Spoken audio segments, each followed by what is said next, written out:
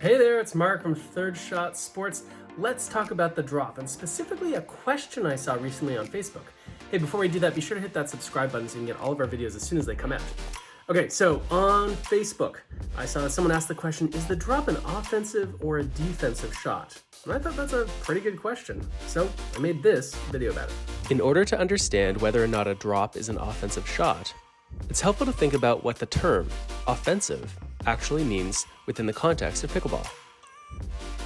As far as I'm concerned, an offensive shot is one that causes trouble for your opponents. That is, the shot that either wins you the point outright or puts the other team in a difficult position and gives you the upper hand. Are there other definitions of offensive out there? Probably. But I think this one works pretty well. Let's look at a few examples of causing trouble, or going on offense, in pickleball. One of the most common ways to cause trouble on the court is by taking away the time of your opponents. You can do this by hitting the ball earlier, as well as by hitting the ball fast, so your opponents don't have as long to prepare for it. We commonly see examples of this when players hit fast serves, volleys, flicks, and drives. A shot could also be considered offensive because of how much it moves the opponents. By making them chase the ball, you make it harder for them to hit it precisely. You also increase the likelihood that they'll be out of position for the next shot. And for both of these reasons, we can consider moving an opponent to be offensive in nature. Okay, so that's my working definition. Offensive shots are meant to cause trouble. Now let's turn to the drop and see if it passes the test. Do these shots appear to be causing trouble for the opponents? Let's think about the tactics behind the drop for a second. When it gets hit, one team, usually the returning team, is at the net, and the player or team hitting the drop is not. The net team is threatening to pounce on anything that's high, so the dropping team is under considerable pressure. If a team chooses to play a drop, it's likely because they've decided that a drive won't work, that it'll either fly long or be attacked by the net team. The same goes for lobs. So the drop really is the last option, but the net team is forced upon the hitting team because of their position up at the front of the court. So even before the drop gets hit, we could reasonably assess that the hitting team is in a weaker position than the non-hitting team. Okay, let's move on and assume the drop gets hit. Well, if it's too low or too slow, it's in the net and the hitting team loses the rally right away. And if it's too high or too fast, it's likely to get pounded. The drop must be hit precisely if the point's not going to end in disaster. Again, the pressure that the hitting team is under suggests that in this dynamic, drops come from a defensive place.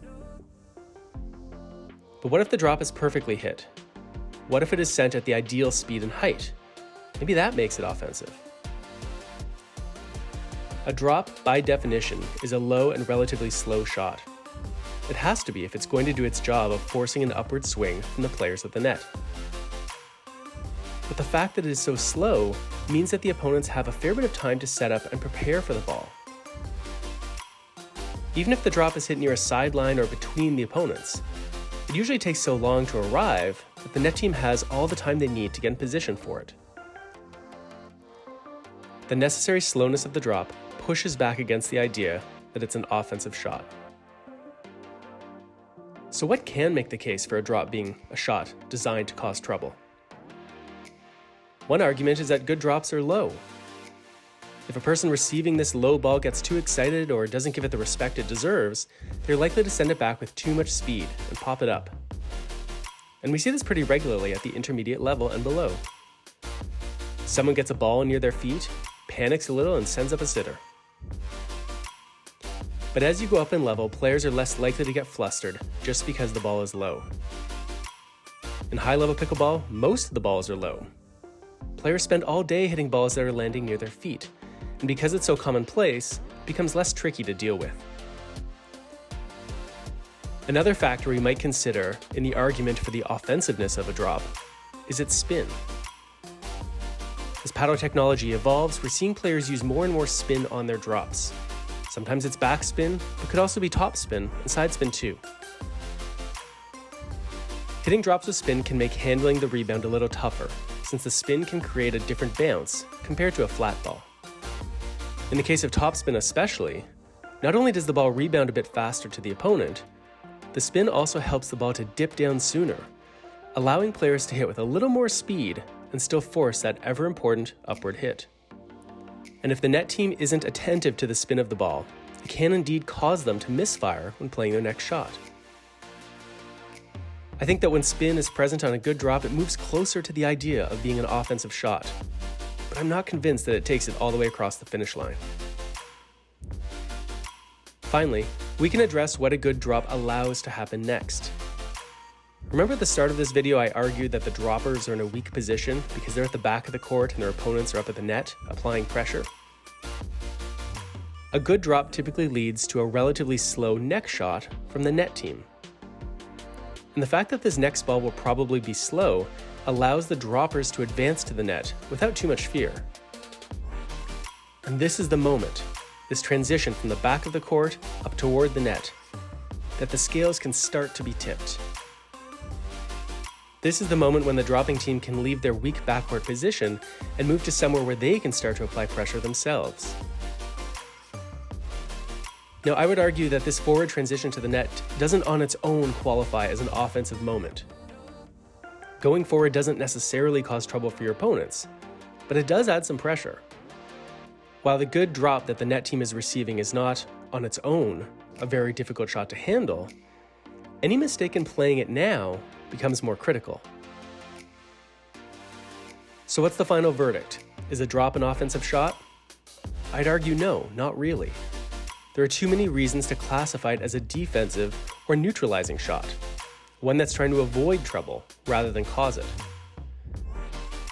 But when a drop is well executed and the recovery is on point, it can definitely move things in a direction that is more offensive. I might even go so far as to call a drop a pre-offensive shot, since when used adeptly, in combination with forward movement to the net, it can lead to an opportunity to turn the tables. But generally speaking, when a drop wins a team a point or leads to a put away, it's typically the result of the receiving team handling this relatively easy ball poorly, rather than the shot itself doing a lot of the offensive work. All right, thanks for watching. Be sure to hit that subscribe button so you can get all of our videos when they first come out. Thanks to our very good friends over at Selkirk Sports. They make amazing pickleball caddles? Not caddles. Make amazing pickleball paddles. And did you know that you can never ever possibly miss a third shot drop when you use them? See you next time.